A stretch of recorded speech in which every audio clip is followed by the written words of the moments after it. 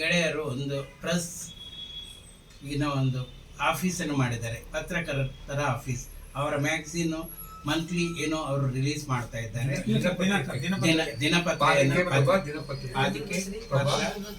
ದಿನಪತ್ರಿಕೆಯನ್ನು ನಾಳೆಯಿಂದ ಮಾಡುವುದಕ್ಕೆ ಪ್ರಯತ್ನ ಮಾಡ್ತಾ ಇದ್ದಾರೆ. ನಮ್ಮ the common people welfare foundation ಅಧ್ಯಕ್ಷರಾಗಿ ನನ್ನನ್ನು ಇಲ್ಲಿಗೆ ಕರೆದದಕ್ಕೆ ತುಂಬ ಧನ್ಯವಾದಗಳು. ನನ್ನ ಉದ್ದೇಶ ಪತ್ರಕರ್ತರಿಗೆ ಒಳ್ಳೆಯದಾಗಬೇಕು, ಅವ್ರ ಮುಂದೆ ನಮ್ಮ ದೇಶದ ಸಂವಿಧಾನವನ್ನು ಉಳಿಸುವುದಕ್ಕಾಗಿ ಕೆಲಸ ಮಾಡಬೇಕು, ನಾವೆಲ್ಲರೂ ಅವರಿಗೆ ಸಹಾಯವನ್ನು ಮಾಡಬೇಕು. ಅದು ಅಲ್ಲದೆ ಪತ್ರಕರ್ತರು ಕೇವಲ ಪತ್ರಕರ್ತರಾಗಿರುವುದಿಲ್ಲ, ಅವರಿಗೂ ಒಂದು ಜೀವನ ಇರ್ತದೆ. ಅವರು ಹಗಲು ರಾತ್ರಿ ದುಡಿದು ಏನೋ ಬರಿತಾ ಇರ್ತಾರೆ, ಬರೆದದ್ದು ಸಮಾಜದ ಒಳಿತಿಗಾಗಿ ಬರಿತಾ ಇದ್ದಾರೆ. ನಾನು ಒಬ್ಬ ಬರಹಗಾರ, ಆದರೆ ಬರಹ ಮಾಡಬೇಕಾದ್ರೆ ಕೆಲವೆಲ್ಲ ಕಾಲ್ಪನಿಕ ಇರ್ತದೆ. ಅದೇ ರೀತಿ ನಮ್ಮ ರೆಡ್ಡಿಯವರು ಏನು ಮಾಡ್ತಾ ಇದ್ದಾರೆ ಅದಕ್ಕೆ ಶುಭ ಆಗಬೇಕು, ನಮ್ಮ ದೇಶದಲ್ಲಿ ಒಂದು ಹೆಸರು ಬರಬೇಕು ಎಂಬ ಉದ್ದೇಶದಿಂದ ದಿ ಕಾಮನ್ ಪೀಪಲ್ ಫೌಂಡೇಶನ್ ಅಧ್ಯಕ್ಷರು ಇಲ್ಲಿ ಬಂದಿದ್ದಾರೆ.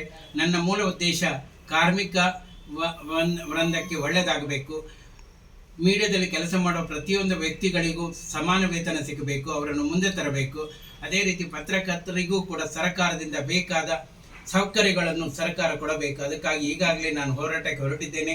ನಮ್ಮ ಉದ್ದೇಶ ಪ್ರತಿಯೊಬ್ಬರು ಯಾರೇ ಪತ್ರಕರ್ತರು ಅವರು ಕಾರ್ಮಿಕರ ಹಕ್ಕನ್ನು ಪಡೆಯುವುದು ಅವರ ಸಂವಿಧಾನದ ಹಕ್ಕು. ಅದರಿಂದ ನಮ್ಮ ಫೌಂಡೇಶನು ಕಳೆದ 55 ವರ್ಷದಿಂದ ಜನಸೇವೆಯನ್ನು ಮಾಡ್ತಾ ಇದ್ದೇವೆ, ಬಡವರ ಸೇವೆಯನ್ನು ಮಾಡ್ತಾ ಇದ್ದೇವೆ.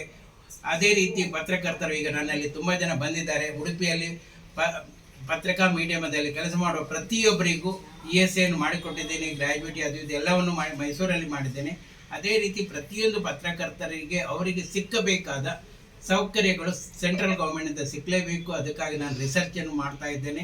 ಈಗಾಗಲೇ ಕೆಲವು ಪತ್ರಕರ್ತರು ನನ್ನ ಹತ್ರ ಹೇಳಿ, ಸರ್ ನಾವು ಹೋರಾಟ ಮಾಡಲೇಬೇಕು, ನಮಗೆ ಫಲ ಸಿಕ್ಕಲೇಬೇಕು. ನನ್ನ ಉದ್ದೇಶ ಎಷ್ಟು, ಪ್ರತಿಯೊಬ್ಬ ಪತ್ರಕರ್ತರಿಗೆ ಅವರ ಸೌಕರ್ಯಗಳು, ಅವನ ರೈಟ್ ಅಂದರೆ ಫಂಡಮೆಂಟಲ್ ರೈಟ್ ಏನುಂಟು ಅದು ಸಿಗಲೇಬೇಕಂತ ಹೇಳಿ ಈ ಒಂದು ಸಭೆಯಲ್ಲಿ ಮಾತಾಡೋದಕ್ಕೆ ಅವಕಾಶ ಕೊಟ್ಟದಕ್ಕೆ ತುಂಬ ಧನ್ಯವಾದಗಳು. ನಮ್ಮ ಫೌಂಡೇಶನ್ ಯಾವಾಗಲೂ ಜನರ ಹಿತಕ್ಕಾಗಿ ಹೋರಾಟ ಮಾಡ್ತದೆ, ಪತ್ರಕರ್ತರ ಹಿತಕ್ಕಾಗಿ ಹೋರಾಟ ಮಾಡ್ತೇವೆ. ನೀವು ಯಾವಾಗಲೂ ನಮ್ಮಲ್ಲಿ ಬರಬಹುದು. ನನ್ನ ನಂಬರ್ 989980257551.